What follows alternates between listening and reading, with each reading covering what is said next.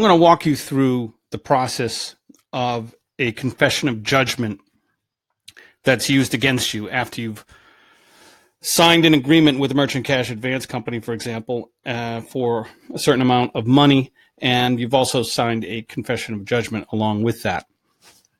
So what happens is, as you can see in here, Westchester County Supreme Court website. I blacked out, you can see here, I blacked out anyone this has been used against. But you can see High Speed Capital is the merchant cash advance company. So their lawyer, Christopher Castro, right here, filed the confession of judgment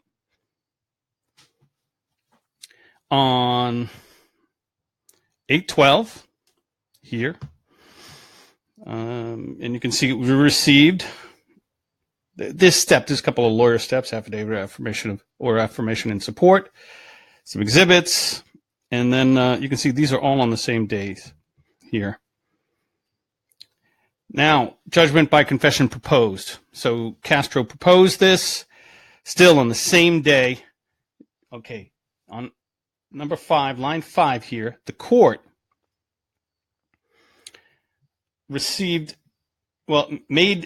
entered judgment on the 13th, August 13th. So that took 1 day. 1 day to get a judgment against you. And you didn't even know it happened because when you sign a confession of judgment, what happens is the merchant cash advance company or any lender who happens to use confession of judgment can sue you and get a judgment without you ever knowing. And it can do it for any reason it likes. Although maybe you actually didn't do anything against the contract. Doesn't matter. They can just enter the judgment by confession, and the clerk of courts will rubber stamp it. Notice of entry. What is that right here? That's simply everybody gets notice that there's a judgment against you, including you. Let's take a look at what that looks like. For example, here it is. This is a notice of entry of judgment right here. And you can see Christopher Castro, the lawyer, is the lawyer on this case who entered all of those, entered the paperwork for the judgment by confession. And here it is. So this is the notice. Please take notice that you've been found. There's an action against you that was found for the plaintiff, which is the MCA company. I'm not going to keep going into detail. I want to show you a couple of important things. So here is the actual judgment by confession document from the county clerk. The amount confessed over here on the left is $25,560. Less payment received, that's about almost $14,000. Amount due and owing, 11. Okay, you would probably say, all right, that's about right. But here's something funny. This is always added. Attorney's fees. That's $3,000 there.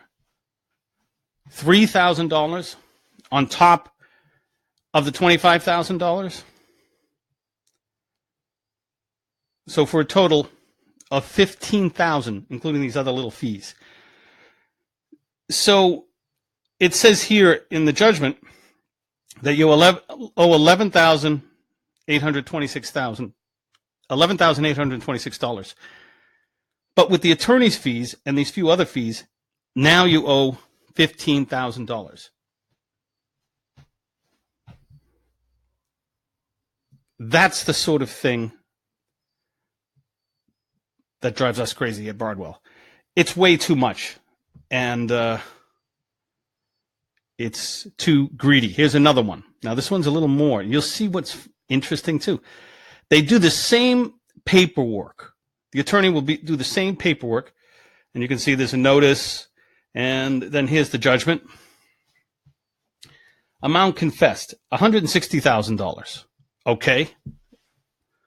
So is it still $3,000 for the attorney's fees?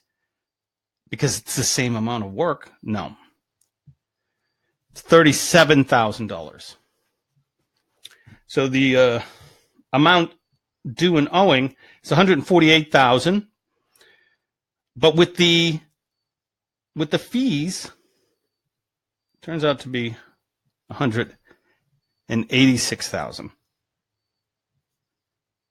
That's far more than the original, even when there was a $12,000 payment.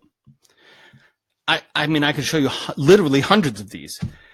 This is far too greedy, this $37,000. So, but I just wanted to walk you through to show you what a judgment by confession or judgment of confession looks like in the real world and what merchant cash advance companies are doing.